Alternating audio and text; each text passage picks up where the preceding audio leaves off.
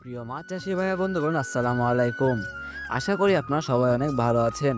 তাসলিমা মৎস্য নার্সারির পক্ষ থেকে নতুন একটি ভিডিওতে আপনাদের সকলকে জানাই আন্তরিক শুভেচ্ছা ও অভিনন্দন। আপনি কি একজন সফল মাছ চাষি হতে যাচ্ছেন? তাহলে এই ভিডিওটি আপনারই জন্য। আজকে আমরা কথা বলবো মনোসেক্স তেলাপিয়া মাছ চাষ পদ্ধতি নিয়ে। কিভাবে এই মাছটি চাষ করে আপনারা দ্রুত লাভবান হতে পারবেন এই বিষয় নিয়ে। মনোসেক্স তেলাপিয়া মাছ চাষের জন্য আপনাদের দরকার প্রথমে একটি পুকুর। যে পুকুরটি হবে একটি ছায়াযুক্ত পুকুর। পুকুরে যেন আগাছা না জন্মায় সেদিকে আপনাদের খেয়াল রাখতে হবে।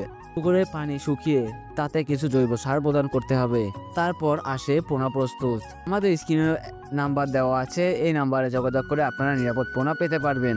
বা আমাদের ডেসক্রিপশনে নাম্বার দেওয়া আছে, ঠিকানা দেওয়া আছে, এই ঠিকানায় এসেও আপনারা সরাসরি এসে দেখে শুনে বুঝে মাছ নিতে পারবেন।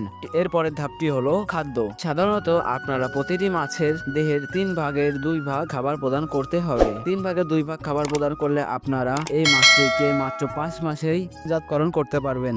তো প্রিয় মাছ চাষি ভাই বন্ধুরা, আজকে এই পর্যন্তই। দেখা হবে পরের কোনো নতুন ভিডিওতে।